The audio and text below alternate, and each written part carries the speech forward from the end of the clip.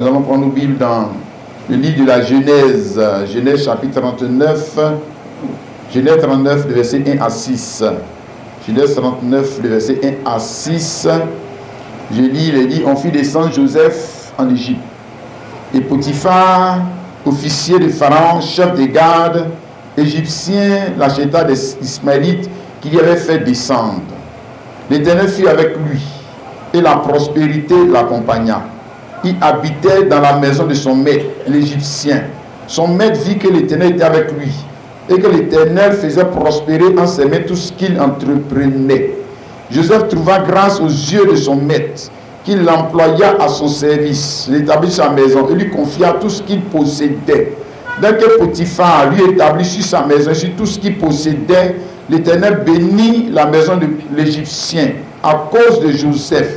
Et la bénédiction de l'Éternel fut sur tout ce qui lui appartenait, soit à la maison, soit au champ. Il abandonna aux mains de Joseph tout ce qui lui appartenait. Il n'avait avec lui d'autre soin que celui de prendre sa nourriture. Or, Joseph était beau de taille et beau de figure. Amen. Maintenant, nous allons parler de ceci. Au verset 2, il dit, l'Éternel fut avec lui et la prospérité l'accompagna. Moi, je dis, le Seigneur fut avec lui et la prospérité l'accompagna. Alléluia. Amen. Voilà, il s'agit de Joseph, l'homme que ses frères ont vendu aux marchands ismaélites, et les marchands ismaélites, à leur tour, comme on a lu là, ils l'ont fait descendre en Égypte. Et là-bas en Égypte, un homme du nom de Potiphar, officier de Pharaon, chef des gardes égyptiens, l'acheta. C'est-à-dire ils l'ont fait descendre au marché des esclaves. Ils l'ont fait descendre au marché des esclaves, et Potiphar, qui avait besoin d'un serviteur, d'un esclave, ce n'est même pas une bonne. Il n'avait pas besoin d'une bonne. Non, il n'avait pas besoin d'un domestique. Il avait besoin d'un esclave. Esclave puis domestique, ce n'est pas même chose. Domestique, au moins tu la payes. Chaque mois tu la payes, ou bien tu le payes. Si c'est ton cuisinier, si c'est ton chauffeur, si c'est ton... Bon bref, c'est un employé, tu le payes. Mais esclave, il n'est pas payé. Non, il n'a pas droit à un salaire. Tu comprends le frère? Alléluia. Maintenant, il est dit que quand cet homme, Potiphar, l'a acheté, il l'a emmené dans sa maison pour que Joseph fût à son service. Et dès lors que Joseph est rentré dans sa maison, et c'est là notre sujet, on dit l'Éternel fut avec lui, fut avec Joseph, et la prospérité l'accompagna. Et la prospérité l'accompagna. Prospérité, ça veut dire état heureux. Prospérité, ça veut dire situation heureuse. Prospérité, ça veut dire événement heureux.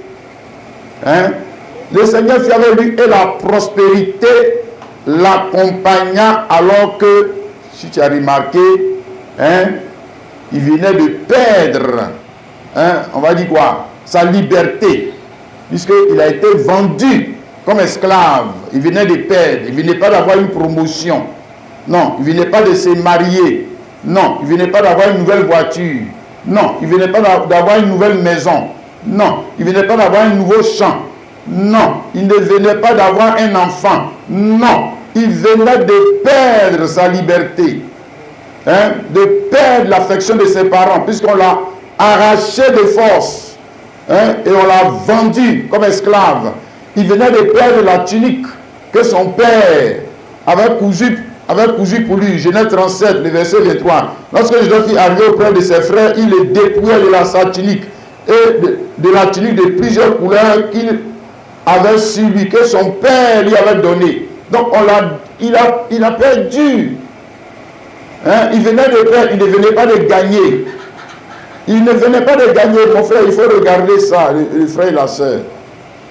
Il ne venait pas de gagner, il venait de perdre. Et malgré qu'il venait de perdre, on nous dit que la prospérité l'accompagna. Alléluia. Comment toi tu aurais qualifié cette situation? si ça avait été toi, hein, alors que tu viens de perdre ton mari, tu viens de perdre ton travail, tu viens de perdre ton enfant, tu viens de perdre, hein, on va dire quoi, ta fortune, tu viens de perdre, tu n'as pas gagné, tu n'as pas eu une promotion.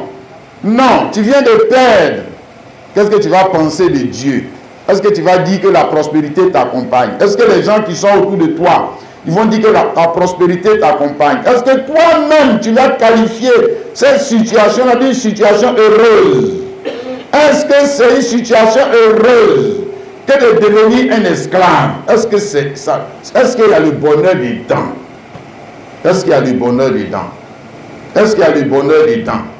Vous voyez, les choses de Dieu, c'est toujours le paradoxe.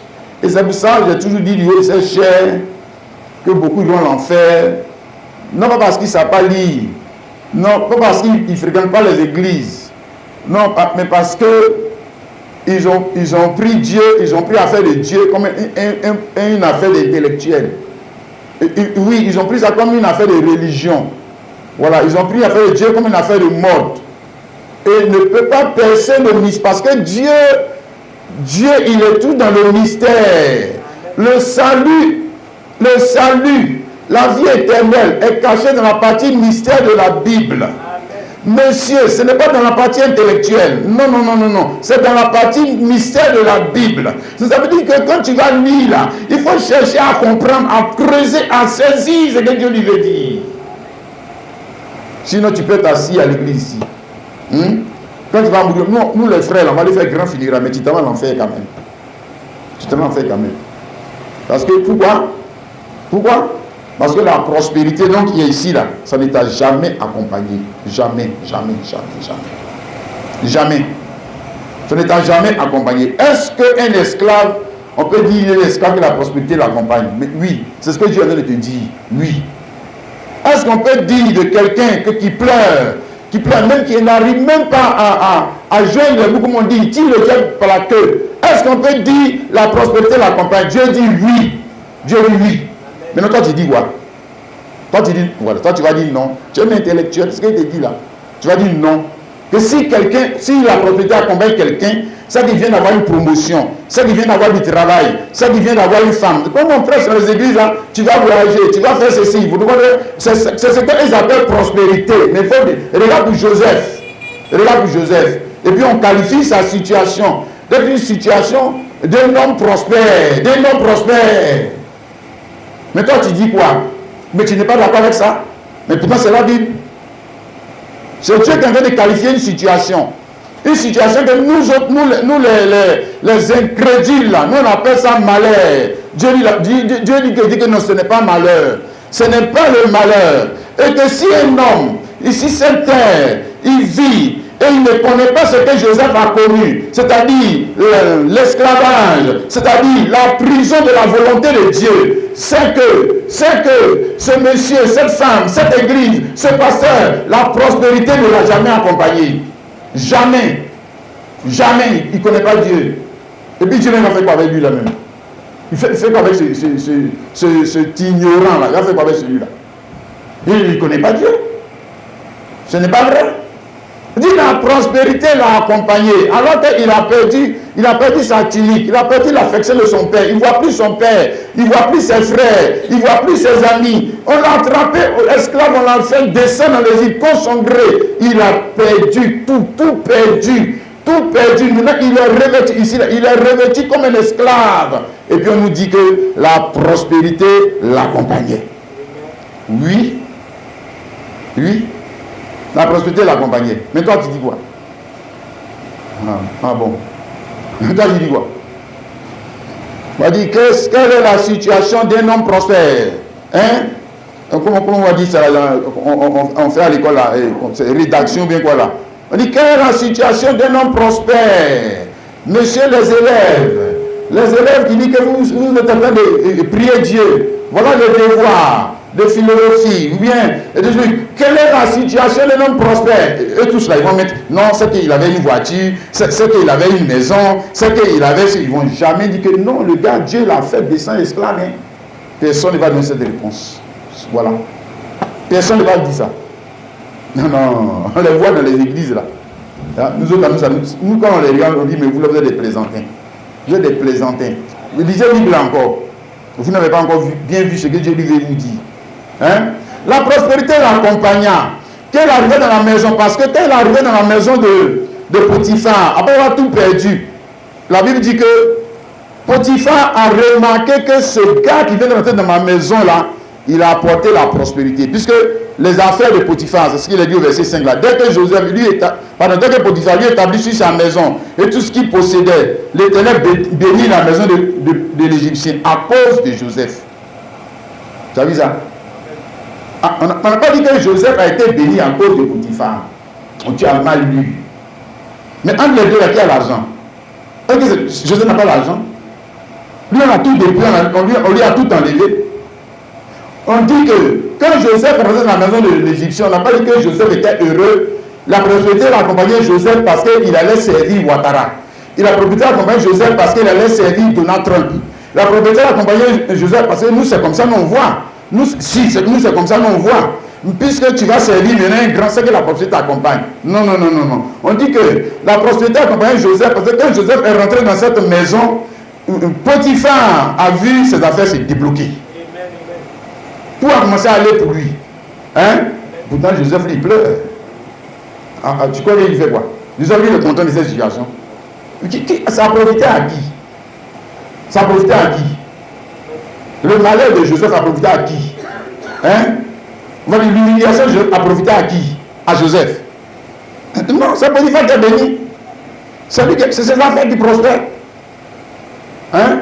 Mais pourtant, le Joseph, lui, c'est l'esclave. Lui, c'est l'esclave. Aïe, aïe, aïe. Alléluia. Oh, ma prière pour toi, ma soeur, mon frère. Hein? Ce n'est pas seulement que le travail t'accompagne. Ce n'est pas seulement que l'enfantement t'accompagne. Ce n'est pas seulement que la richesse t'accompagne. Ma prière pour toi, chrétien, c'est que la prospérité qui accompagne Joseph, ça n'a qu'à t'accompagner. Maintenant, peu importe ce qui va arriver, je te dis, peu importe ce qui va t'arriver, peu importe ce qui va t'arriver, si cette prospérité t'accompagne, tu es heureux. Mais peu importe ce qui va t'arriver, même si tu es marié, même si tu as du travail, même si tu es devenu Big Gates, tu es devenu le Big Gates je sais pas, le Dangote ou bien le, je sais pas quoi, de la terre, et puis ça ne t'accompagne pas là. Ça ne t'accompagne pas. C'est les hommes qui te voient, en grand, c'est les hommes, c'est nous là, on te voit en grand. Sinon tu n'es rien.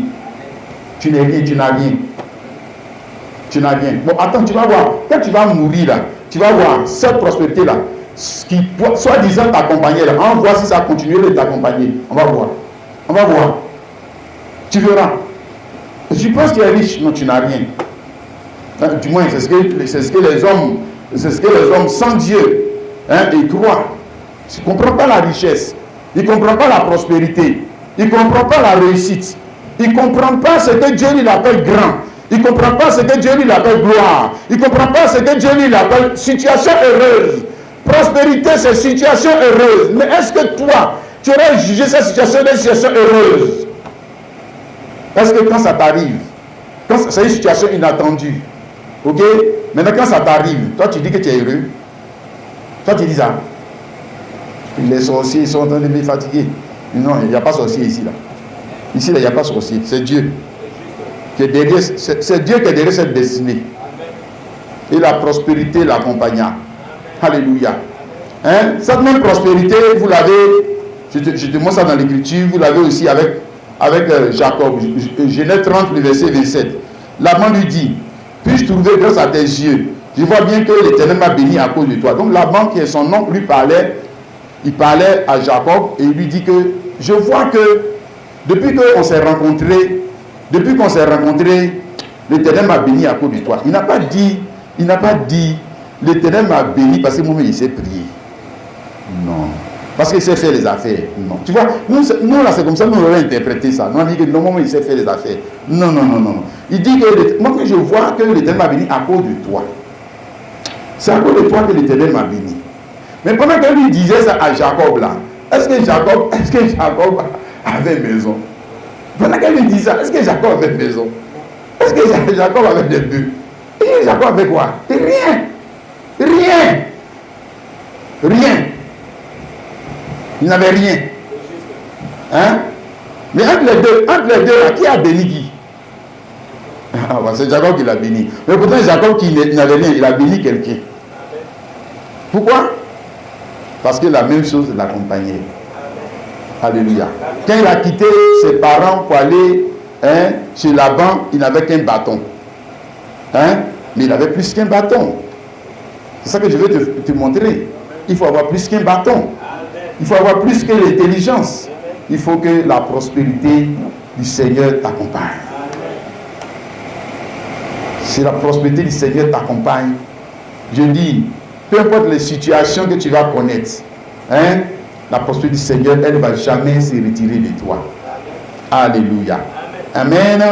Et nous avons aussi cette même prospérité avec la petite fille du pays d'Israël qui a été fait captif par les Syriens. 2 Rois 5, le verset 2 à 3. 2 Rois 5, le verset 2 à 3. Il est dit, or les Syriens étaient sortis par troupes et ils avaient amené captive une petite fille du pays d'Israël qui était au service de la femme de Naaman. Et elle dit, donc la petite fille du pays d'Israël qui a été amenée captive. Captive, ça veut dire c'était un trésor de guerre. Les Syriens sont allés faire la guerre contre Israël. Tu vois, non? Et ils ont tué les Israélites. Ils ont battu les Israélites. Et on suppose même que la petite fille là, ils ont tué ses parents. Si, ils ont tué ses parents. Et ils l'ont enlevé de force pour l'emmener en Syrie. Et puis en Syrie, on dit captive. C'est-à-dire, c'était le trésor de guerre, c'était une esclave. Voilà. Et puis ils l'ont introduit dans la maison de Naaman le Syrien, qui était un lépreux. Et la petite fille du pays d'Israël, elle va ouvrir sa bouche, elle dit à sa maîtresse, oh si mon Seigneur et l'autre du prophète qui est à Samarie, le prophète le guérirait de sa lèpre. Oh, alléluia. Quand la prospérité accompagne un enfant de Dieu, voici aussi comment il se comporte. Aussi, il y a le comportement aussi qui va avec. Amen. Normalement elle aurait dû réagir comme tout le monde réagit. Puisque vous avez tué mes parents, puisque vous avez fait du mal, moi je souhaite aussi que le mal vous arrive. Normalement, c'est comme ça qu'elle aurait dû réagir. Oui, puisque vous m'avez fait captif, vous m'avez pris de ma terre, vous m'avez envoyé dans votre pays ici, et vous avez tué même mes parents dans cette affaire-là. Qu'est-ce que moi je vais souhaiter pour vous? Surtout pour toi, Naaman, qui est le chef de l'armée. Donc c'est toi qui as envoyé tes gens pour aller tuer mes parents. Mais moi je vais te souhaiter quoi alors que toi tu es lépreux? Moi je ne vais jamais dire dans ma bouche qu'il faut aller en Samarie. Le prophète là-bas va te dire non. Moi je souhaite que le mal t'arrive. Et pour me venger de ce que tu as fait à mes parents. Mais la petite fille du pays d'Israël, comme la prospérité l'accompagnait, elle va être un panneau indicateur. Elle va indiquer à Naaman qui a cherché par tous les moyens à se débarrasser de sa lèpre. Il n'a pas pu. Elle va lui indiquer l'endroit où il doit aller pour pouvoir débarrasser de sa lèpre. Alléluia. Regarde, elle n'a pas indiqué chez les marabouts. Elle n'a pas indiqué l'hôpital. Elle a indiqué le prophète. Et toi, tu dis que tu es chrétien. Est-ce que tu es un panneau indicateur pour emmener même les malades à Jésus? Tu es un panneau indicateur pour emmener les gens à Jésus. Toi, Jésus, tu es dans la maison des gens. Tu rencontres des personnes qui sont des mamans. Qu'est-ce que tu leur dis? Tu leur dis quoi?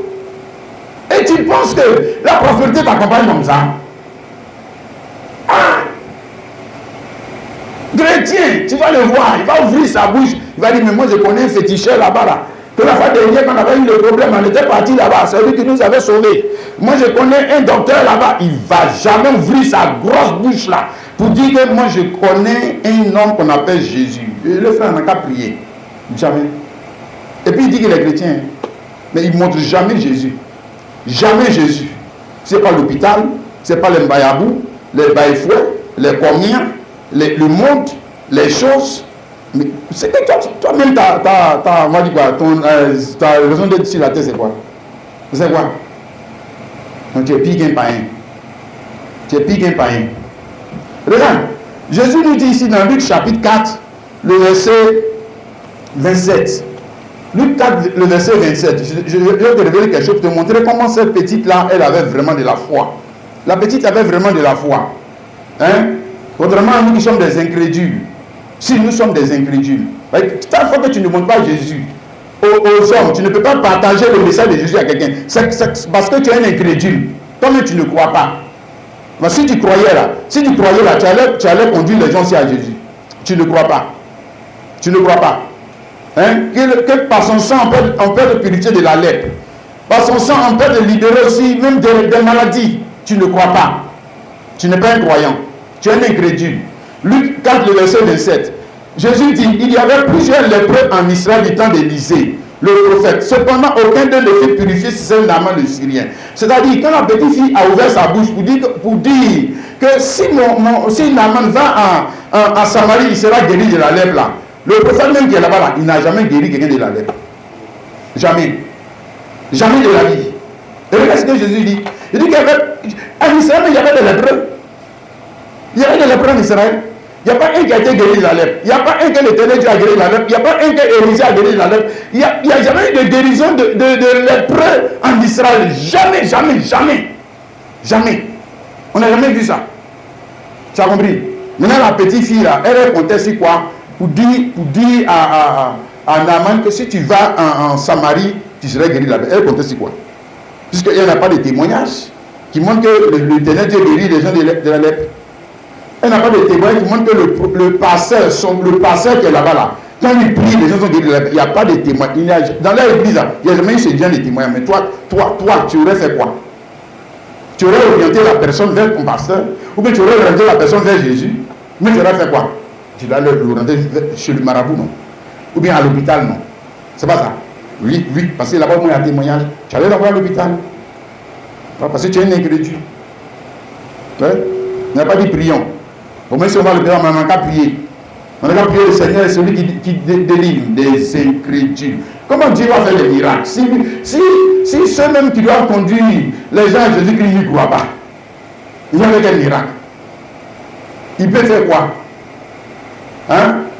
Comment il aura le salut? Comment il aura la délivrance? Quand celui-même qui est le chrétien dans ce monde, dont la prospérité accompagne, qui enseigne plus que le païen, la petite fille là, elle en savait plus que Naaman, elle en savait plus même que le roi d'Israël, elle en savait plus parce qu'elle avait la foi que le Dieu d'Israël guérit de la lèpre, même si elle n'a jamais vu ça, il guérit. Faut partir, tu vas voir, tu seras guéri. Faut partir. Tu verras. Tu vas voir le miracle. Tu vas voir la gloire de Dieu. Et puis effectivement, Naaman vit la gloire de Dieu. Naaman était converti. Hein? Mais moi je pose la question, entre Naaman et la petite fille là, qui a béni qui? Qui a béni qui? Ah bon. Voilà. La prospérité l'accompagnait. Oh, alléluia. Amen et amen. Maintenant, la même prospérité, parce que j'ai dit la même prospérité doit accompagner le chrétien. Je suis dit les chrétiens. Et puis la prospérité des gens là, de Christ ne l'accompagne pas. C'est que c'est un incrédule. Ce n'est pas un chrétien. Hein? Voilà, pour l'instant, il vient à l'église. Mais il ne va pas plus loin que de venir à l'église. Mais il ne va pas plus loin. Il vient seulement à l'église.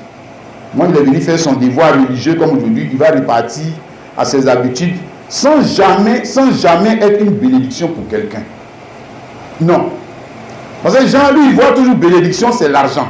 Si, c'est comme ça, lui, de sa tête, là, quand on dit bénédiction, ça veut dire qu'on a donné l'argent à quelqu'un. Hein?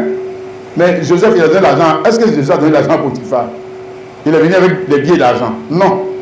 Mais sa présence, hein, dans les affaires de Potiphar, sa présence en tant qu'employé de Potiphar a décanté les situations. Alléluia. Matthieu 5, le verset 14, il dit que vous êtes la lumière du monde. Une ville située sur une montagne ne peut être cachée. Donc vous êtes la lumière du monde. Il parle aux chrétiens. Parce que nous sommes la renaissance du Christ. Donc la lumière du monde, Christ, hein, il est né de nouveau. Hein, quand il nous a mis au monde en tant que chrétiens. Hein, pour faire quoi? Lumière. Lumière, c'est éclairer les gens qui sont dans l'obscurité. Pour leur montrer le chemin. Dans ce temps de la fin, il y a une obscurité, il y a une ignorance, il y a une méconnaissance. de la parole de Dieu, de la destinée. C'est-à-dire, Dieu, quand il nous a créés là, il pensait à quoi? Est-ce que c'est la vie que tu es en train de vivre là? Est-ce que c'était ça son projet? Parce que tu ne peux pas créer quelque chose si tu n'as pas un projet. Tu as un projet pour cette chose. Tu as un plan pour cette chose. Donc quand il a créé Joseph, il avait un plan pour la vie de Joseph. Et le plan pour la vie de Joseph ne se limitait pas seulement à rester dans la maison de son père. Mais le plan pour la vie de Joseph devait aussi le conduire à être esclave de la volonté de Dieu et enfin être prisonnier de cette volonté. Et ça allait lui faire perdre. Ça allait lui faire perdre lui-même sa propre vision de la vie. Et c'est comme ça que la prospérité l'a accompagné. Maintenant, on nous dit ici que cette prospérité qui accompagnait Joseph, qui accompagnait Jésus, qui accompagnait la petite fille, qui accompagnait les apôtres, etc., etc., cette même prospérité-là doit nous accompagner. Est-ce qu'elle t'accompagne, mon frère chrétien, pour enrichir les gens? Jean 15, le verset 8. Frère, il y a un écho là. Si vous portez beaucoup de fruits, c'est ainsi que mon Père sera glorifié et que vous serez mes disciples. Alléluia. Si vous portez beaucoup de fruits, fruits c'est source d'enrichissement. Fruits c'est nourriture. Nourriture ou source d'enrichissement ou source de guérison. Maintenant, qui porte le fruit? Le fruit de la vie de Jésus-Christ. Le fruit de la prospérité de Jésus-Christ. Le fruit de la présence de Jésus. Qui porte ce fruit? Qui porte ce fruit? C'est toi? Bon, maintenant, si tu portes ce fruit, alors c'est que tu dois être une bénédiction pour les autres. Tu dois être une source de prospérité, pas seulement pour toi. Ce n'est pas possible. On ne peut pas être chrétien et puis être seulement une source de prospérité. Non, mais ça, c'est... Même le voleur, même là, il est bon avec sa femme puis ses enfants. Le bandit, brigand, vendeur de drogue, il est bon avec sa femme et ses enfants. Si c'est ça être bon, si c'est ça être bon, c'est que Kwaku Daniel, tu es un bandit et un brigand. Si c'est ça. Si c'est ça être prospère, c'est que tu es un bandit et un brigand. Mais tu fais quoi d'extraordinaire que le voleur ne fait pas? Tu fais quoi d'extraordinaire? Que l'homme malhonnête ne fait pas? Tu fais quoi d'extraordinaire? Non. Ta vie, pour ceux qui vont te rencontrer, ou ceux qui vont te côtoyer, ta bénédiction morale, spirituelle et voire même financière doit déteindre sur eux. Si ça ne déteint pas sur eux, c'est parce que tu es un incrédule, un égoïste. Tu es un égoïste. Et la prospérité de Dieu ne t'accompagne pas. Tu es un égoïste, malhonnête, incrédule. Tu n'es même pas un instrument de la main du Seigneur. Parce qu'un instrument de la main du Seigneur porte du fruit. D'ailleurs, l'arbre naturellement porte du fruit pour qui? Il ne porte pas du fruit pour lui. Le soleil ne brille pas pour lui. Le vent ne souffle pas pour lui, etc., etc. Mais le vent est une bénédiction pour toi. Le soleil est une bénédiction pour toi. La terre est une bénédiction pour toi. Les arbres sont une bénédiction pour toi. Mais toi, tu es une bénédiction pour qui? Pour qui? Pour qui? Est-ce que quand toi tu entres dans un endroit, c'est la paix qui est rentrée, c'est la grâce qui est rentrée, c'est la faveur de Dieu qui est rentrée, ou bien quand toi tu rentres dans un endroit, c'est les divisions qui sont rentrées, c'est la médisance qui est rentrée, c'est les problèmes qui sont entrés, c'est l'amertume qui est rentrée. Quand toi tu te tiens dans un endroit, c'est pas ici là que tu vas nous montrer que tu es chrétien, c'est là où tu vis. Ce n'est pas dans la maison de son père, dans la maison de son père, qu'on a dit que la prospérité accompagnait Joseph. C'est quand il allait maintenant chez Potiphar. C'est quand il est rentré en prison. Donc il était maintenant au milieu des étrangers. Et puis ils ont remarqué que lui, il y a quelque chose qui était sur sa vie. Ils ont remarqué. Ils ont remarqué qu'il y avait une source de bénédiction pour eux. Alléluia. C'est ça un chrétien, ma soeur.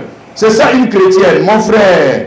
Et c'est ça qui manque aujourd'hui à cet âge de l'Église. Il va dire aux chrétiens de cet âge. Apocalypse chapitre 3, le verset 17 à 18. Il est dit, parce que tu dis je suis riche, je me suis enrichi, je n'ai besoin de rien. Parce que tu ne sais pas que tu es malheureux, misérable, pauvre, aveugle, nu. Je te connais acheter de moi des rois coupés par le feu, afin que tu deviennes riche, et des vêtements blancs, afin que tu sois vêtu, et que la honte, l'unité ne paraisse pas, et un collier pour tes yeux, afin que tu vois. Donc Jésus est en train de blâmer les chrétiens de cet âge, non pas parce qu'ils ne sont pas riches comme Bill Gates. Non, non, non. C'est pas pour ça qu'il les blâme. Il faut bien dire.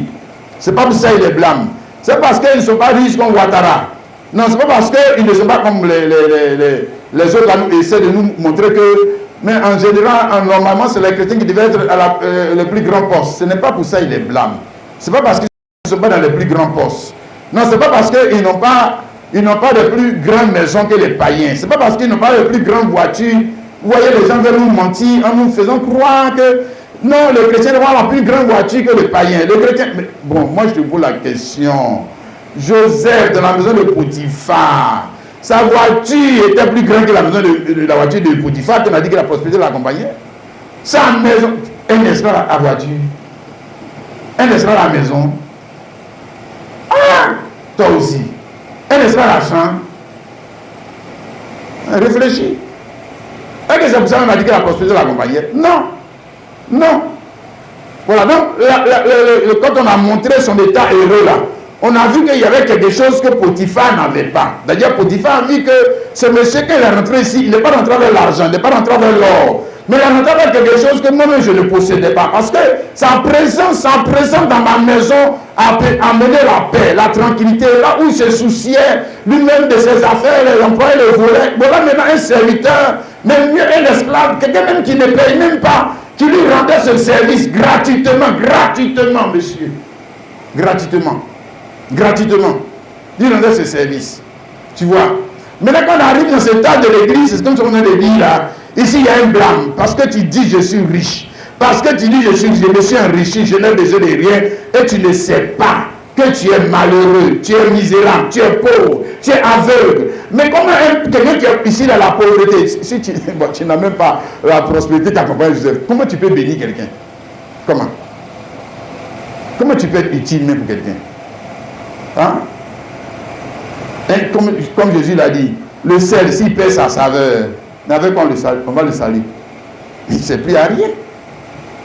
Le chrétien qui a perdu sa saveur, il ne sert plus à rien. Mais c'est un païen. Mais le cas dit les chrétiens, c'est un païen. Mais si ta vie n'est pas une bénédiction pour l'autre, une bénédiction pour les gens qui t'entourent, mais tu ne sers à rien. Tu ne sers à rien. Ce n'est pas parce que ta voiture n'est pas plus grosse que pour lui, ce n'est pas de ça qu'il est question. Hein? Il dit non, si on a ça, là les païens auront envie d'être chrétiens. Bon, mais maintenant Joseph a dit, est-ce qu'il avait ça? Est-ce qu'il avait ça? La petite fille du pays d'Israël, est-ce qu'elle avait ça? Hein? Jacob, quand il s'est retrouvé chez la main, il avait ça. Est-ce qu'il avait ça? Non, mais il y avait quelque chose qui l'accompagnait. C'est quelque chose qui accompagnait Jacob, qui a comme ces gens-là. C'est la même chose et plus qui doit accompagner le chrétien. Parce que le chrétien, c'est-à-dire c'est la renaissance du même personnage, Jésus-Christ. Est-ce que la voiture de Jésus-Christ ou la maison de Jésus-Christ était plus grande que celle de Rome? Il faut me dire. Mais est-ce que Jésus n'était pas une bénédiction? Ah! Acte 3, verset 6. Pierre dit au paralytique là, nous n'avons ni or ni argent, mais c'est comme nous on a te donne. Mais nous là, on n'a pas or et argent, même c'est que lui là encore, on n'a même pas ça. Mais ça nous fait rien. Non, on s'en fout. Nous on est venu à l'église, on va partir chez nous, c'est tout. Nous on s'en fout. On s'en fout. Voilà, on ne peut pas aller pleurer devant Dieu et dire que mais regarde ma vie. Mais pourquoi je ne suis pas une bénédiction? Hein? Comme l'autre là dans Luc chapitre 11, le verset 5, là, il dit qu'il est allé taper à la maison du monsieur. Il dit que mon ami, ouvre la porte. J'ai besoin de. Il y a un gars qui est venu chez moi et je n'ai rien à lui offrir. Il n'a pas dit moi je n'ai rien à manger. Il dit moi je n'ai rien à offrir. Voilà, c'est ça un chrétien. Pourquoi tu n'as rien à offrir? Et toi tu vas justifier ça comment? Tu vas justifier ça comment? Non, de toute façon moi je suis déjà sauvé. Mais tu es sauvé pour sauver les autres, tu ne sais pas ça. Tu es éclairé pour éclairer les autres, tu ne sais pas ça. Tu es enseigné pour enseigner les autres, tu ne sais pas ça. Tu ne sais pas que tu as un devoir vis-à-vis d'eux. Tu ne sais pas ça. Tu crois que tout ce que Dieu demande de toi, c'est que tu viens t'asseoir sagement dans une église, écouter un pasteur repartir, tu crois que c'est tout ça la vie chrétienne. Et puis c'est fini. C'est tout. Et toi, tu n'as aucun devoir. Tu n'as rien. tu ne dois rien à personne. Si, tu dois. Tu le dois, c'est puisqu'on a fait de toi un dépôt de la grâce. Tu leur dois cette grâce. Tu leur dois cet évangile. Et malheur à toi, si tu leur caches cet évangile, tu vas rendre compte à Dieu. Tu vas rendre compte à Dieu. Et pourquoi tu as trouvé la chose que tu allais casser? Demande au gars qu'on lui a donné un talent et allait cacher. On lui a demandé, mais pourquoi tu allais cacher? Et pourquoi tu caches? Tu caches le salut aux autres, pourquoi? Tu connais la vérité. Et pourquoi tu ne partages pas cette vérité? Tu connais la parole. Pourquoi tu ne partages pas cette parole? Pourquoi tu n'as pas de soucis? Tu n'as pas de soucis pour enrichir aussi les autres. Pourquoi? Ce souci n'est pas en toi. Mais c'est qu'il y a un problème. Dans ce que toi tu appelles prospérité. Et c'est ça que Jésus même bramé. Ici, elle a la richesse. Regarde, je me suis enrichi. Il n'a pas dit que ce n'est pas vrai. Mais la richesse que l'Église a, la richesse que la plupart des chrétiens ont, c'est la même richesse que Ouattara a. C'est la même richesse que Bill Gates. D'ailleurs, même, c'est ça qu'il convoite. C'est ça qu'il convoite. Ouais. C'est ça qu'il convoite. Hein? La richesse qui rend les gens arrogants. La richesse qui rend les gens orgueilleux. La richesse qui donne le pouvoir, non même pas de faire de Dieu, mais de pécher même davantage. C'est cette richesse-là qu'ils veulent. C'est ça qu'ils veulent. Et puis, s'il y a richesse qui rend orgueilleux, vous pensez mentir. Non, si. Les gars, quand il n'avait rien, il était petit, il priait. Mais dès lors qu'il commence à être béni, il trouve que non, j'ai plus le temps pour venir à l'église. Non, j'ai plus le temps pour. Il est toujours en train de trouver des excuses. Toujours bidons. Des excuses bidons pour ne pas venir au lieu de culte. Toujours. Il est dans ça. 2025, il est dans ça. 2026, il est dans ça. 2027. Et puis maintenant, quand il va mourir, il continue notre prière pour aller au paradis. Oh, c'est ridicule. Ridicule. Vraiment ridicule.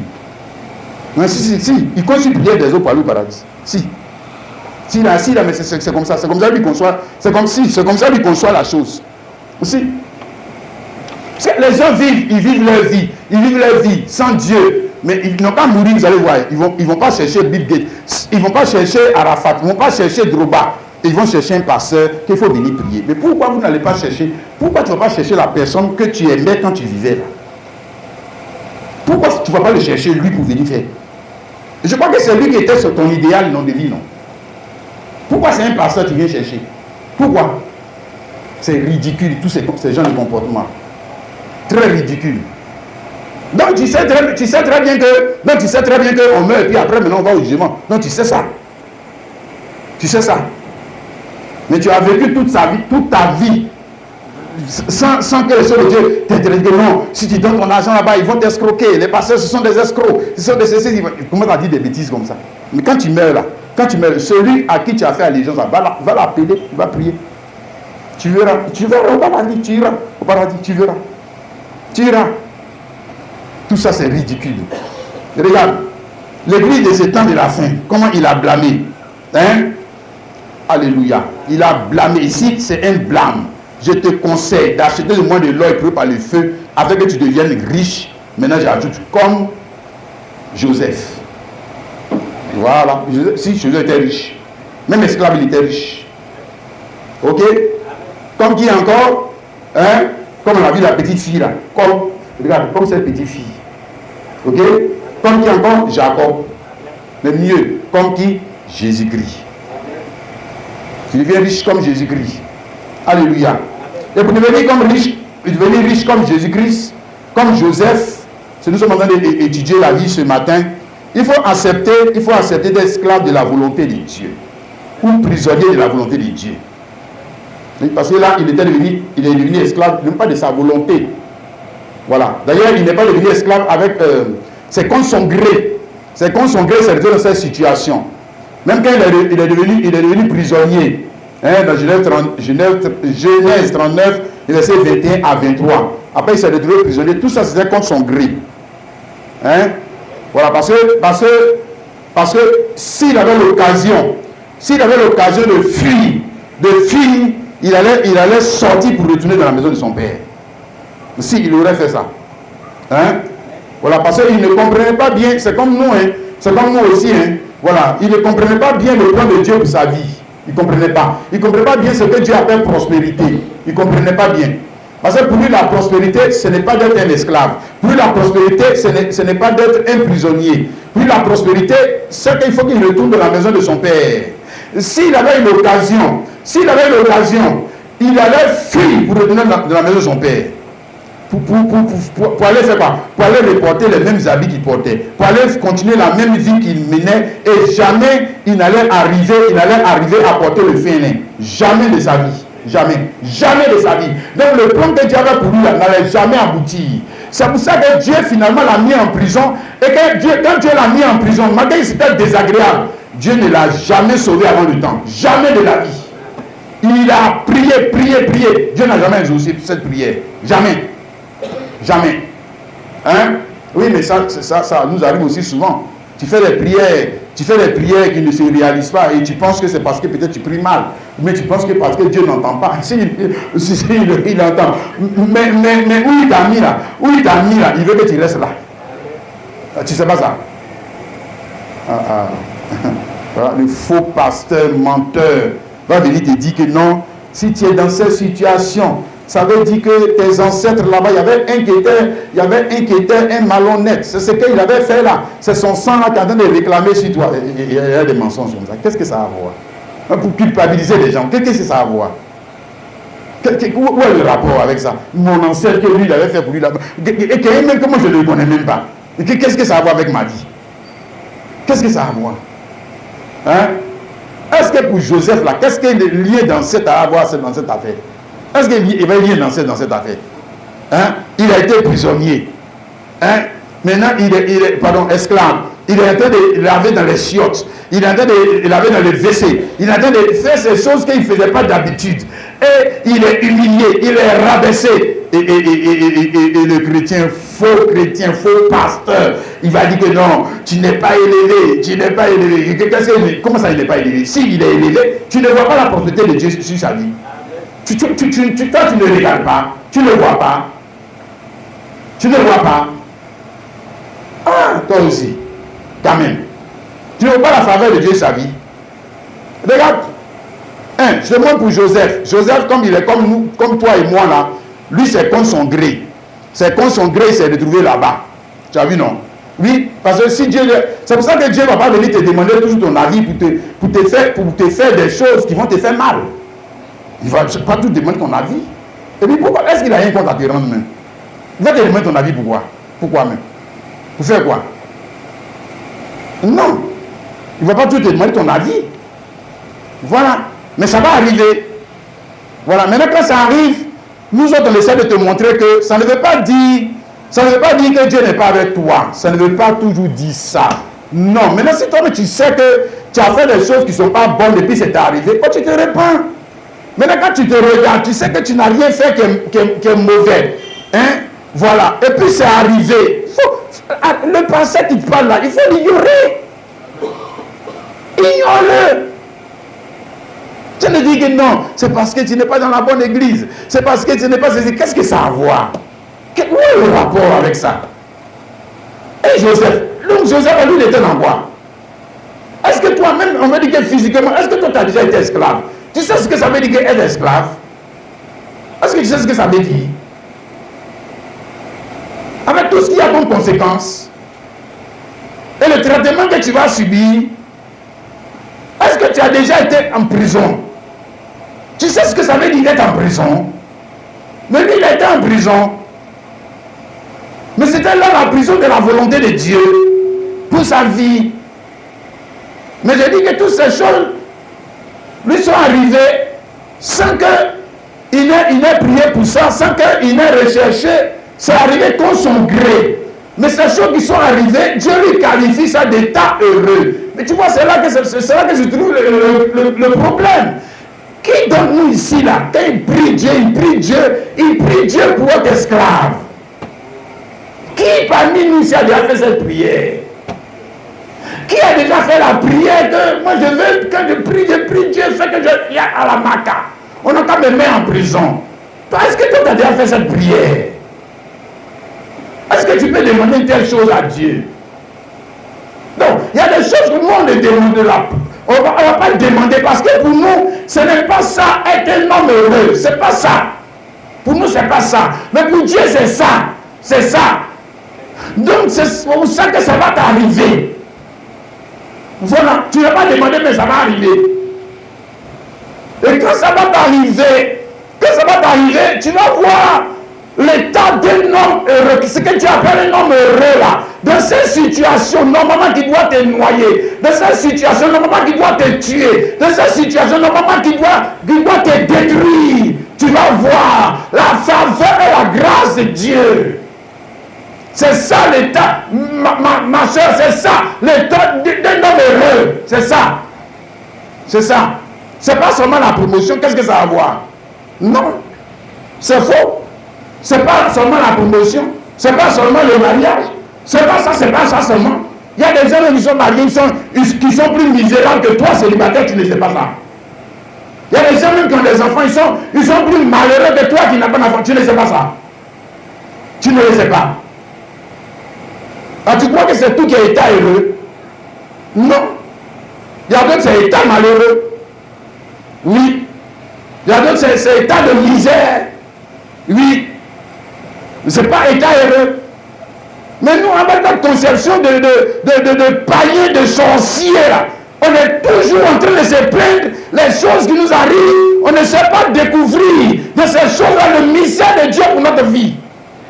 On ne sait pas le comprendre. On ne sait pas lire les preuves. On ne sait pas lire le mystère. On ne sait pas lire les signes. On donne toujours une mauvaise interprétation. Et comme on a des pasteurs qui ne connaissent pas Dieu, et ils sont en train de nous encourager dans ça. Et nous on est contents, on dit, ouais, lui c'est le grand pasteur. Quel grand pasteur? Il ne connaît pas Dieu. Comment il peut interpréter la parole? Il peut interpréter les signes. Il peut interpréter les mystères. Il peut interpréter les choses dans son jour. Ça c'est pour Joseph. Maintenant notre frère Joseph, c'est qui? Jésus-Christ. Ok? Donc Joseph était en train de vivre la vie de quelqu'un d'autre. La vie de Jésus-Christ et de l'Église et du chrétien. C'est-à-dire, c'était déjà sous forme embryonnaire, hein, sous forme d'ombre. La vie du chrétien et de Jésus-Christ dans ce monde. On te montre ça déjà. Hein? Ça commence où? Tu commences où?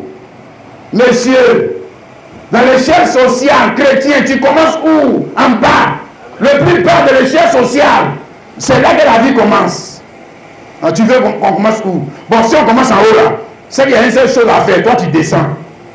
Oui. Ceux qui commencent en bas, eux montent. Toi qui commences en haut, c'est que toi, tu descends. Et puis les autres montent. Bon, à toi de choisir. Tu veux quoi? Tu veux commencer où? D'accord?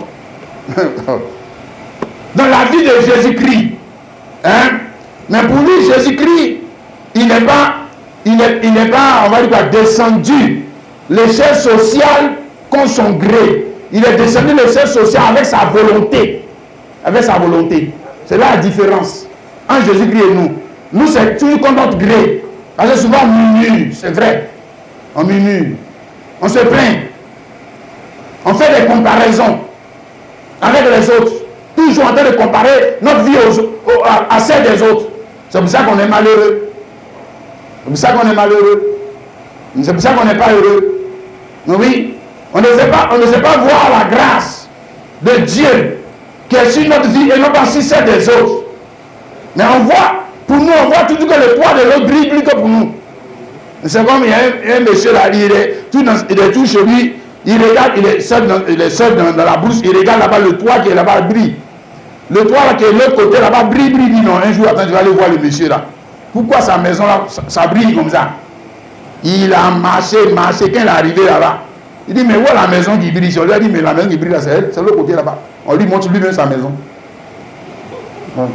C'est pour toi qui brille. Donc, quand lui, il est là-bas, il voit ce que pour toi brille. Non, mais comme toi, tu es un aveugle, tu crois que c'est pour lui qui brille.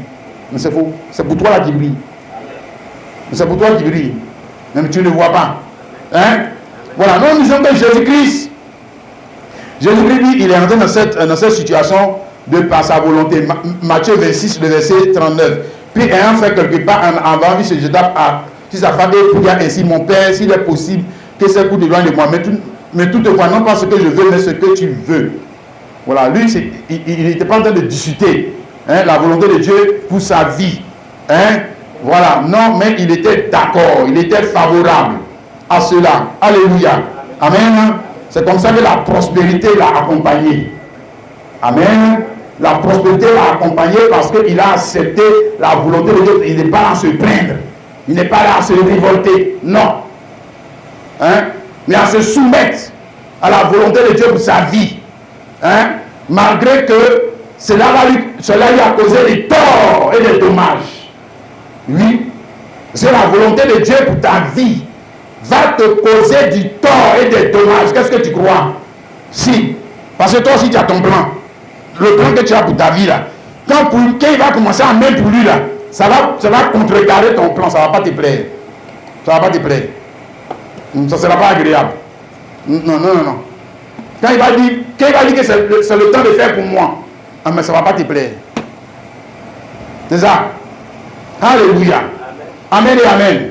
Maintenant, je vais te faire remarquer encore sur la vie de Joseph. Joseph, il a connu la souffrance. Puis après avoir arrivé à Christ et puis à toi. Joseph, il a connu la souffrance. Il a connu toutes ces choses, non pas à cause de lui-même seulement, mais c'était aussi pour que ses frères et les Égyptiens soient sauvés. C'est ça qu'il a dit dans Genèse 45,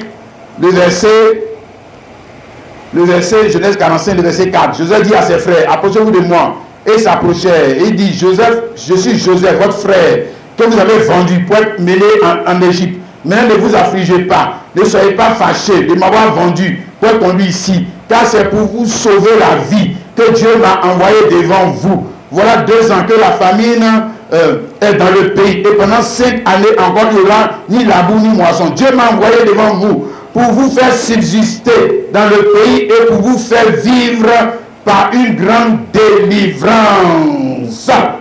Alléluia. Amen. Donc, il est en train de montrer à ses frères que tout ce qui est arrivé, lui est arrivé ici, il est à la fin. Voilà, il est élevé maintenant. Voilà, il est le sauveur.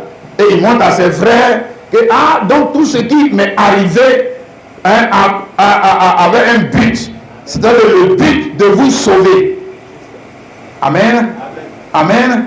Donc, le plan de salut de Dieu pour Joseph et pour ses frères dépendait de qui? Dépendait de Joseph. De quoi? Sa capacité à souffrir, s'enfuir. S'enfuir. Oui. Dépendait de son obéissance. Et quand ils sont venus, quand ils sont arrivés en Égypte là, Joseph a fini de souffrir. Ils sont venus trouver le plat déjà prêt, ils ont commencé à manger.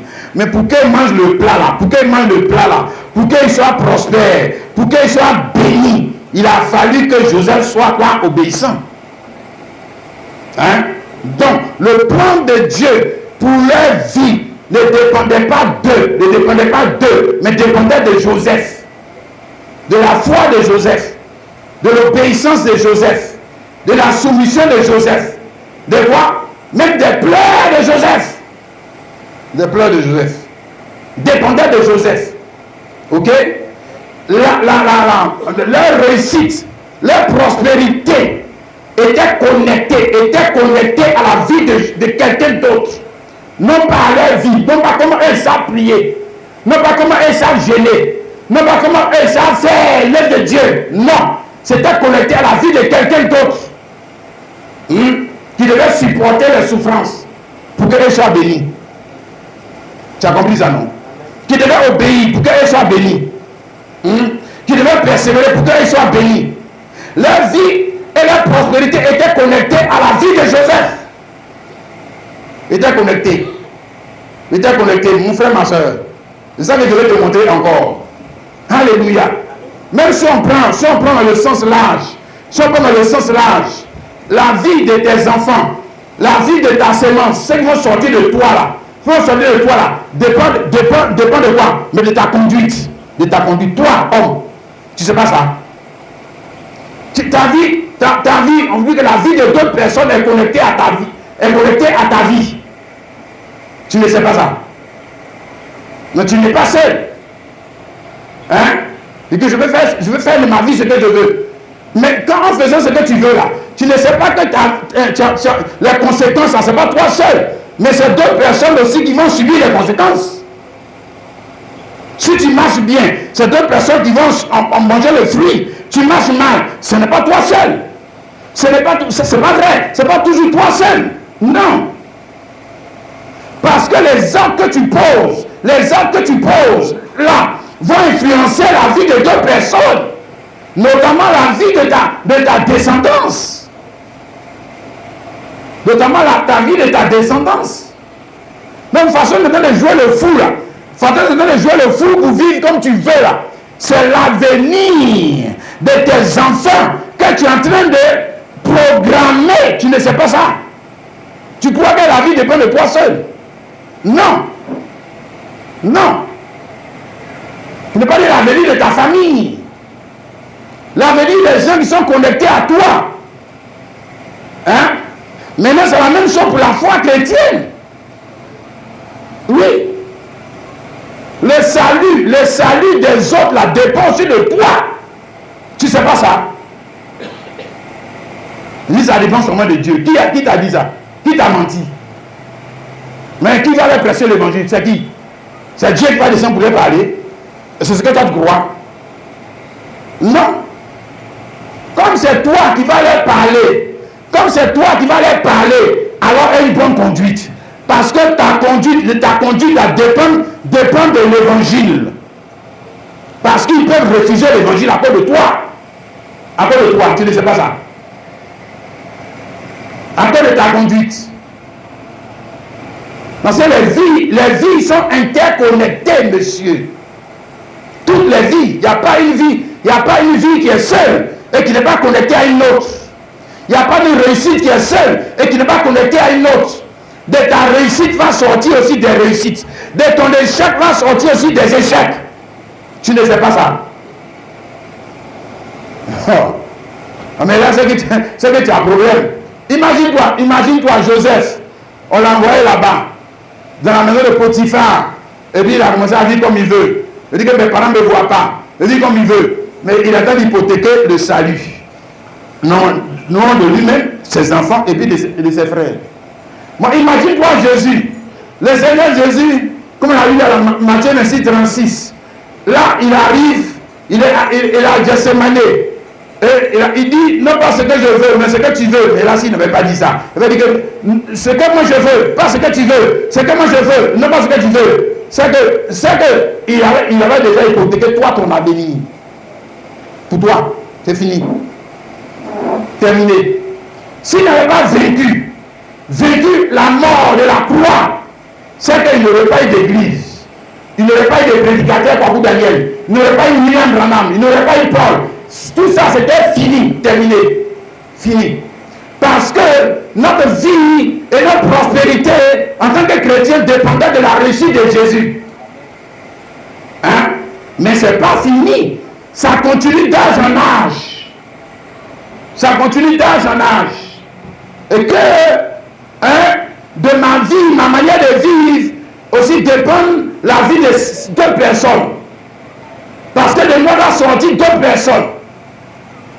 Hein? De mon obéissance va sortir d'autres personnes. C'est pour ça que je ne peux pas me permettre de vivre comme si la vie égoïste. C'est-à-dire la vie égoïste, c'est toujours moi. C'est toujours moi. C'est toujours moi. C'est toujours moi. Ce n'est jamais moi et les autres. Voilà.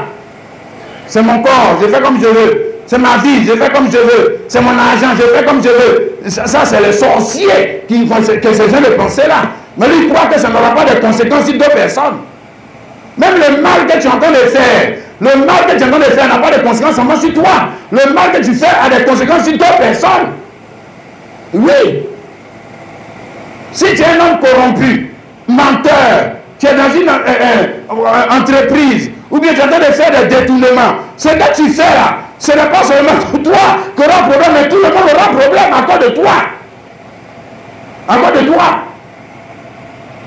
Donc arrêtons de vivre comme si le monde se limitait à nous seuls. Comme si le monde s'arrête à toi seul. Pourquoi? Non. Le monde ne s'arrête pas à toi seul. Hein? De ta vie dépend la vie de d'autres personnes. Je te dis, le frère, mon frère. De tes décisions, mais normalement de tes enfants qui vont sortir, la famille qui va sortir de toi. Si tu es en train de faire, ce que tu es en train de faire, ça aura des conséquences heureuses ou malheureuses sur tes enfants. Sur tes enfants. Je te le dis. Voilà. Fais comme tu veux. Vis comme tu veux. Mais c'est des enfants qui ont le programme. Mais aussi, ceux au-delà de tes mains sont connectés à ta vie. Ils sont connectés à toi. Qui sont connectés à toi. Amen et amen. Maintenant, lisons maintenant la dernière partie de la vie de Joseph.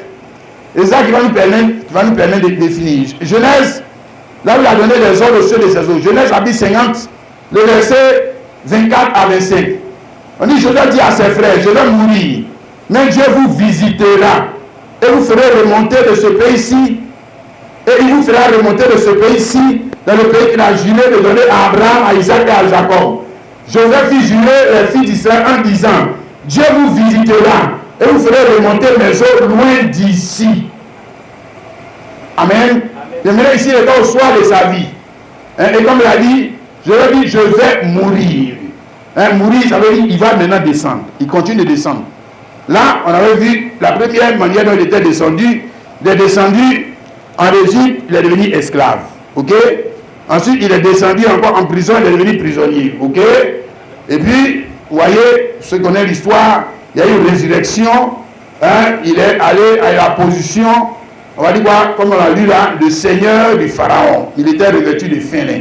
Alléluia. Amen. Amen. Mais il doit encore descendre. Voilà. C'est-à-dire, peu importe ta position, la mort va venir, non? Peu importe ta position, la mort va venir, non? Mais oublie toi, la mort ne va pas venir sur toi. Tu n'es pas dedans aussi. C'est ça, non? Ouais, puisque tu vis comme s'il n'y a pas de mort. Voilà. Tu vis comme s'il n'y a pas de mort. Non, on ne descend plus. Toi, tu arrives, toi, tu ne descends plus. Bien. D'accord. Reste là. Ne descends plus. Mais Joseph, lui, savait qu'il allait descendre. Encore. Descendre au séjour des morts. Ici, c'est descendre maintenant au séjour des morts. Le séjour des morts, c'est ça la vraie Égypte. Un jour, toi aussi tu vas descendre. C'est ça? Et cette fois-ci, on va lui enlever encore ses habits. Il fait rien là. Est-ce que tu descends pas avec tes habits? Est-ce que quelqu'un ici parmi nous ici là, tu as déjà vu quelqu'un mourir et puis il prend ses habits partir? Il prend sa femme pour partir. Il prend sa maison pour partir. Il prend sa voiture pour partir. Il prend ses amis pour partir. Non, il descend seul. Il le dépouille. On le dépouille de tout ce qu'il a acquis. Il a acquis maintenant en Égypte. Égypte, c'est le monde. Tu as vu, non? Monsieur, il ne peut pas descendre. Joseph ne peut pas descendre avec le fin. Non. Ça va de l'autre côté. Donc, on va le dépouiller encore. On va le dépouiller de sa position de prince, de pharaon, ou de grand de ce monde-là. On va enlever ça. La mort enlève ça. La mort enlève ça. Si tous les enfants qu'il a eu, la mort enlève ça. La femme qu'il a eu, la mort enlève ça. L'argent qu'il a eu, la mort enlève ça. Tous ici, c'est encore le même dépouillement. Mais là, c'est le vrai dépouillement. C'est le vrai dépouillement. Vous avez avec ça, le frère et la sœur. Donc, ni tu es venu, ni tu retournes. Ni tu es venu, ni tu retournes. Ni tu es venu, ni tu retournes. Ni tu es venu, prépare-toi. Parce qu'un jour, tu vas descendre. Au séjour des morts, un jour. Forcément, ça va arriver. Il faut jouer l'autruche. Il faut jouer le bravetier. Il faut jouer le dur. Ça va arriver. Et ce jour-là, quand tu vas descendre au séjour des morts, qu'est-ce qui va t'accompagner? C'est la grande question. Qui peut t'accompagner? Qui? Ton papa va t'accompagner. La copine pour laquelle tu ne veux pas suivre Jésus, la vie que tu mènes pour laquelle tu ne veux pas suivre Jésus, là, lui va t'accompagner. Cette vie, tu es sûr. Les copains vont t'accompagner. Tu es sûr. Le travail pour lequel tu ne veux pas faire bien avec Jésus, là, lui va t'accompagner. Tu en es sûr. Et ton papa, il va t'accompagner. Ta maman aussi. Ils vont t'accompagner. Non, ils vont t'accompagner au cimetière. Et puis ils vont te laisser là-bas. Si. La seule chose qui pourra t'accompagner, c'est ce que nous sommes en train de parler là. Hein? Voilà. Le Seigneur fut avec lui et la prospérité l'accompagne. Là, on va voir. On va voir si pendant toute ta vie que tu avais menée sur terre, là, on va voir si la prospérité t'avait un jour accompagné. C'est là que toi-même tu vas t'en rendre compte. Ah, donc, tiens, tout ce que je vivais là, la prospérité ne m'accompagnait pas. Ou alors tout ce que je vivais là, la prospérité m'accompagnait. Parce que quand je descends au séjour des morts, dans la vallée de l'ombre de la mort, comme a dit David dans le psaume 23, l'Éternel est avec moi. Hein? L'Éternel est mon berger. Quand je lis ça pour toi, le psaume 23, le verset 1, l'Éternel est mon berger, je ne manquerai de rien.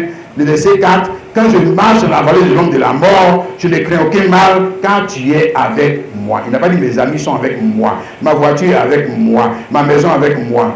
Jamais, eux ne peuvent pas. Où tu vas maintenant, eux ne peuvent pas. Ils ne peuvent pas t'accompagner. Jamais. Jamais. La seule chose qui peut t'accompagner, c'est ce que je vais te montrer là. Ce que c'est elle te montrer là. Non, ne cherche pas seulement que la promotion t'accompagne. Non. Homme, sois intelligent. Ne sois pas stupide. Sois intelligent. Ne cherche pas seulement que des hommes t'accompagnent. Ne cherche pas seulement que le travail t'accompagne. Mais il faut la chose qui accompagnait Joseph là, la chose qui accompagnait Joseph, qui accompagnait aussi Jésus, qui accompagnait les apôtres. Les hommes, on leur a coupé les têtes, mais la chose les accompagnait. Jean-Baptiste, on a coupé sa tête, mais la chose qui accompagnait ces gens-là, ça n'a qu'à t'accompagner. Ça n'a qu'à t'accompagner. Sinon tu vas voir dedans. Hein? Et tu as vu le verset 4, oui, le bonheur et la grâce m'accompagnent. Bonheur et grâce, c'est état heureux. Hein? Situation heureuse. Événement heureux. Donc là où tu vois, non, c'est ce que j'ai dit depuis le début là. Là où les gens vont dire que c'est malheureux là, toi tu vas dire que c'est heureux parce que tu sais où tu vas. Là où les autres, les Kwakoudénais et les autres en train de pleurer, se lamenter là-bas, toi tu ne vois pas ça en malheur. Non, la mort n'est pas un malheur. Pour quelqu'un qui est dans un état heureux, quelqu'un que le bonheur et la grâce accompagnent là, la mort n'est pas un malheur. C'est comme pour Joseph là, ce n'est pas un malheur. Être esclave, ce n'est pas un malheur pour Joseph. Être prisonnier, ce n'est pas un malheur. Non, ce n'est pas un malheur. Mais c'est un malheur pour qui? Pour l'intellectuel, le religieux. Lui, c'est un malheur. Hein? Mais pour l'homme qui a la foi, pour l'homme qui a marché avec le Seigneur, pour l'homme qui a avec le Seigneur comme son berger, le jour où il descend, le jour où il descend, où il est dépouillé de tout, où il descend, il sait que le bonheur et la grâce continuent de l'accompagner. Il n'a pas besoin de prière de pasteur.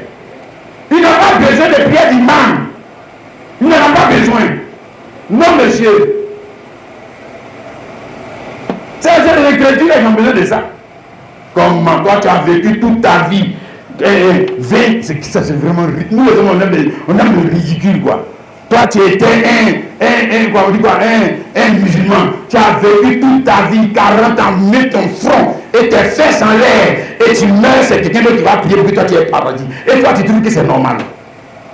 Mais toi-même tes prières que tu as fait, ton front, tu as mis à terre avec quoi tu as mené au paradis. Et toi, tu trouves que c'est normal. Oh, il y a des gens même comme s'ils ne réfléchissent pas. Tu ne réfléchis pas.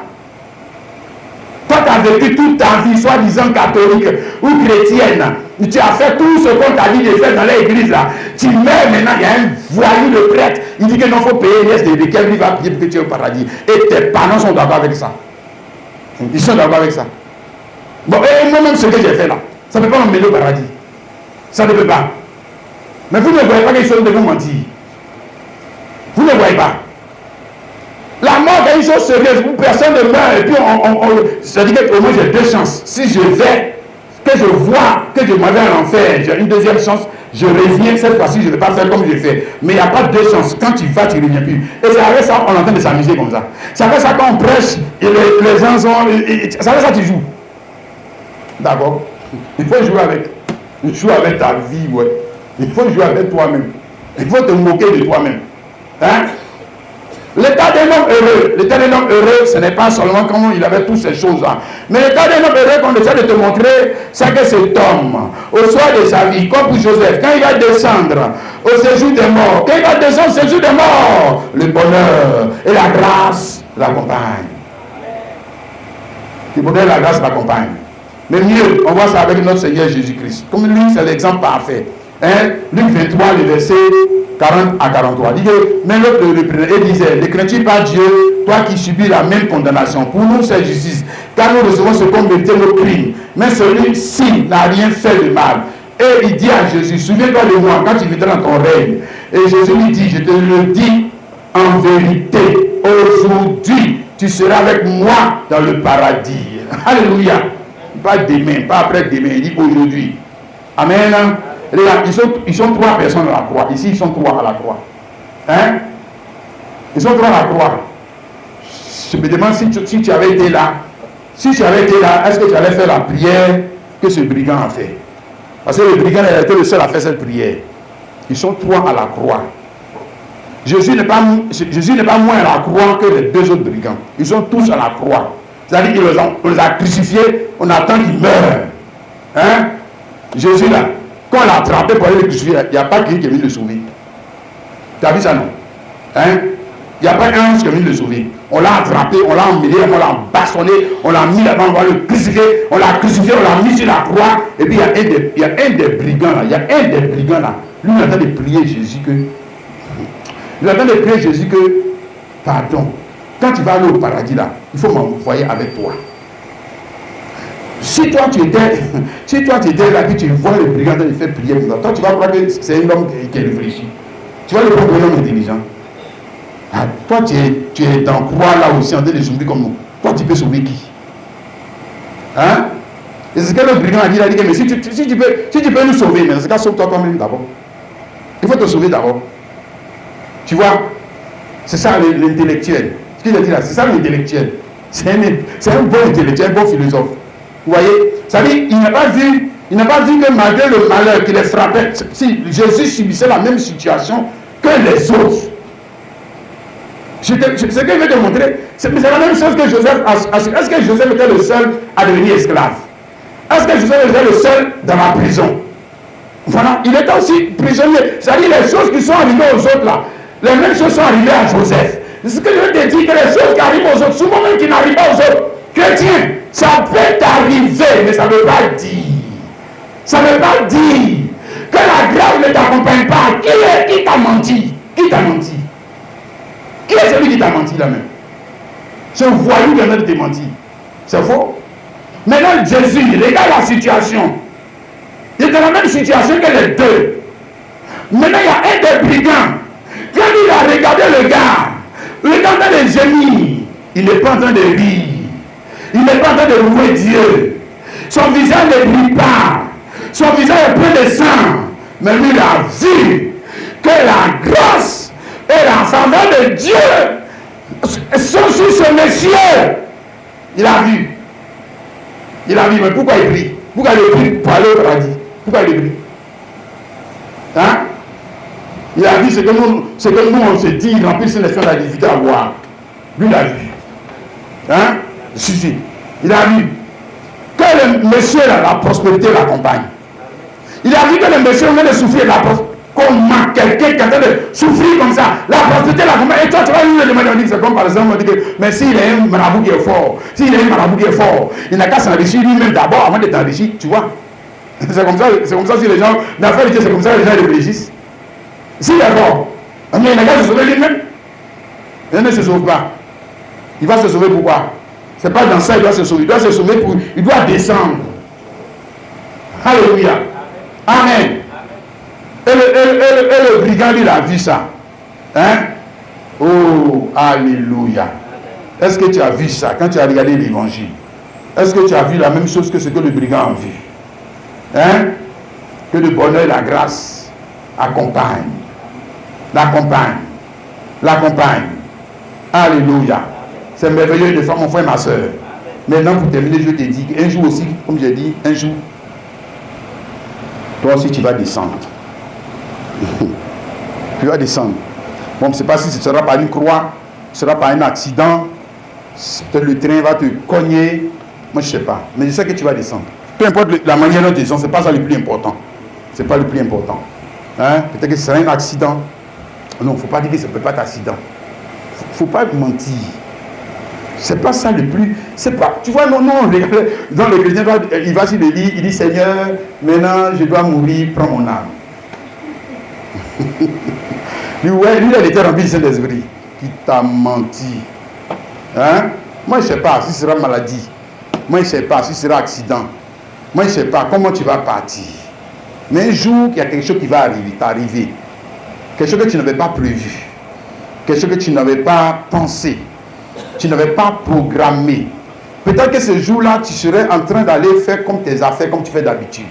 Mais c'est ce jour-là que le Seigneur Dieu avait décidé que tu descendes au séjour des morts. Hein, et que tu dois dépouiller de ton travail, de ta femme, de tes enfants, de tes parents. Quand tu vas partir, mon frère, qui va t'accompagner? Qui va t'accompagner? Qui va t'accompagner? Tu vois, c'est là que tu vas te souvenir de ce message. Tu vas dire, oh Seigneur, pardon, hein, que ton bonheur, que ta grâce, c'est pas l'argent que tu vas, cette fois-ci-là, tu ne vas pas demander l'argent.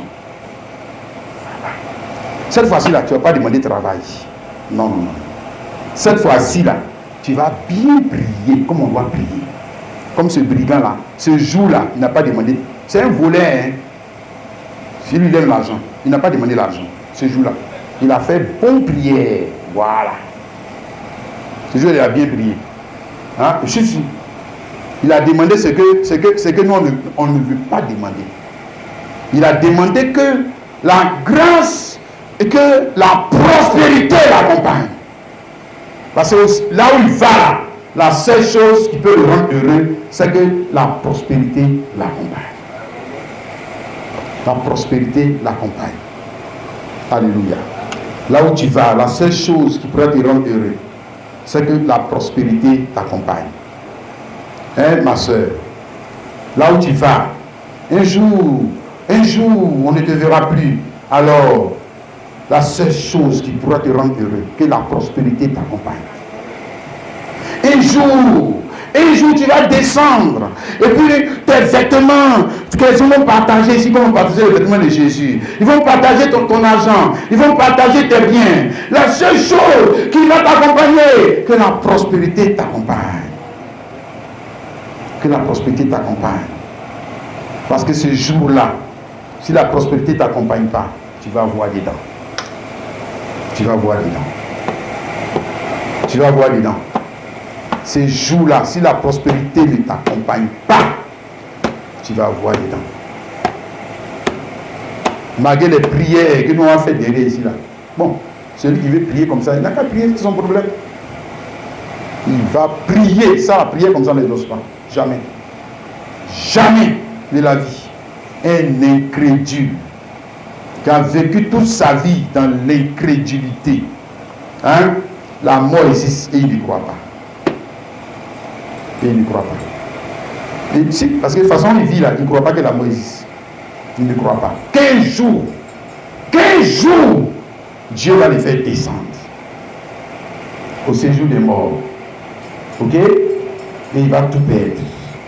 Ok? Amen. Mais si la prospérité l'accompagne, alors il sera revêtu. Là-bas, Dieu va lui donner un. Il te revêt. Alléluia! Il va te vêtir de quoi? Fin main. Le vrai fin main. Si. Tu seras revêtu. Parce que tu es un Joseph. Alléluia. Tu es un croyant. Tu n'es pas mort dans l'incrédulité. Tu es mort dans la foi. Oh, que Dieu nous aide. Amen et amen. Alors, nous allons vous tenir debout et on va prier le Seigneur. On va prier le Seigneur. On va prier le Seigneur. Oh, merci Seigneur.